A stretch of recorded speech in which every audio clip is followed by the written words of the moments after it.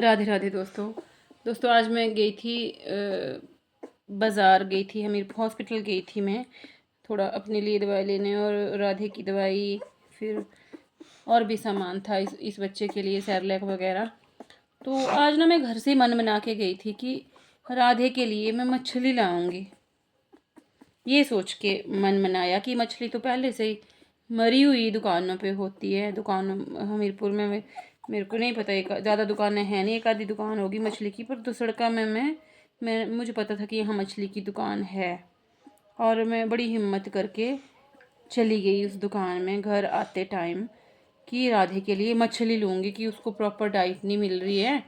तो हिम्मत करके कि मछली हमारे सामने तो मारेंगे नहीं, पहले से मरी हुई होती होगी, और ऐसे करके ले लूँगी टुकड़े करा के, और एक एक टुकड़ा इसको दे दिया करूँगी रोज़, या कुछ इस तरह का सोच के मैं चली गई।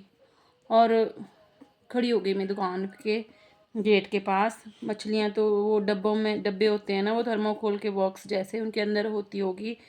मैं अपनी ज़िंदगी में पहली बार ऐसी ऐसी शॉप पर मैं गई, और वहाँ एक लड़का बैठा था। मैंने उसको पूछा मछली है? उसने बोला है। मैंने बोला कैसे किलो है? उसने बोला 200 रुपये किलो है। और मैंने बोला उसमें कांटे होते हैं? उसने बोला थोड़े बहुत होते हैं। थोड़े बहुत तो होते ही हैं। मैंने बोला ऐसे ऐसे बिल्ली के लिए लेनी है। तो उसने बोला कि कोई बात नहीं, आपकी बिल्ली बड़ी होगी, खा लेगी वो, कोई दिक्कत नहीं उसको आएगी। तो कोमल इसको ऐसा करना, इसके बॉक्स में डाल दे, फैन ऑन कर दे।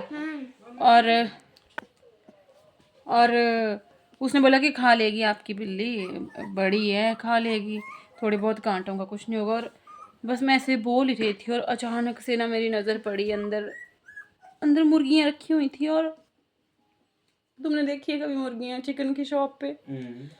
वो ऐसे हाँफ रही थी, कुत्तों की तरह मुंह खुले थे उनके, और ऐसी हाँफ रही थी और एक के साथ एक चिपकी हुई थी। और एकदम से मेरी उन पे नज़र पड़ी और एकदम से मुझे घबराहट होने लगी, और ऐसे जैसे बीपी लो हो गया। और साथ में मैंने एक टेबल जैसा देखा, राउंड शेप का एक टेबल था और उस पर हथियार रखा हुआ था। मतलब मुझे ऐसा एहसास हुआ कि उस जगह पे रख के उनको काटा जाता है। और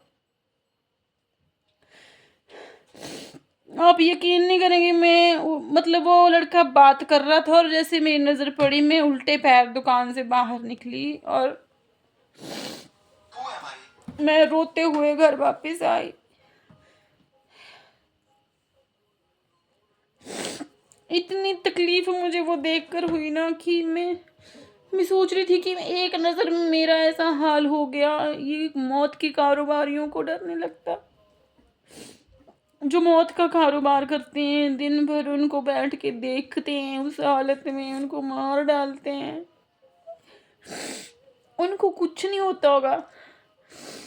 मैं रास्ते में कहीं रुकी भी नहीं, मैं रोते हुए घर आई। एक जगह मैंने रुक के ऑपरेशन करवाए थे बच्चों के, लक्षित भाई की दुकान पे। मैंने बच्चों का हाल पूछना था कि बच्चे कैसे हैं।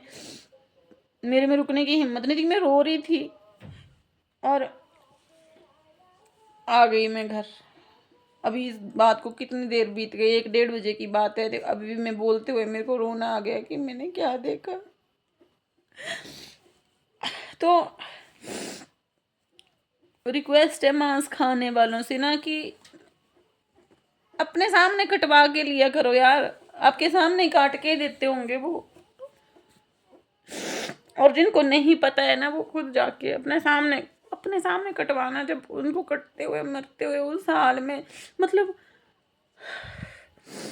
देखोगे ना आप, तो ज़रा सी भी इंसानियत अगर आपके अंदर होगी तो आपका ज़मीर गवारा नहीं करेगा कि आप मांस खाओ।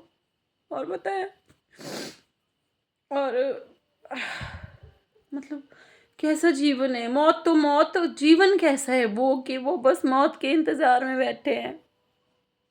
प्रे करते होंगे भगवान से कि ऐसे जीवन से तो अच्छा है हमें मार ही दिया जाए।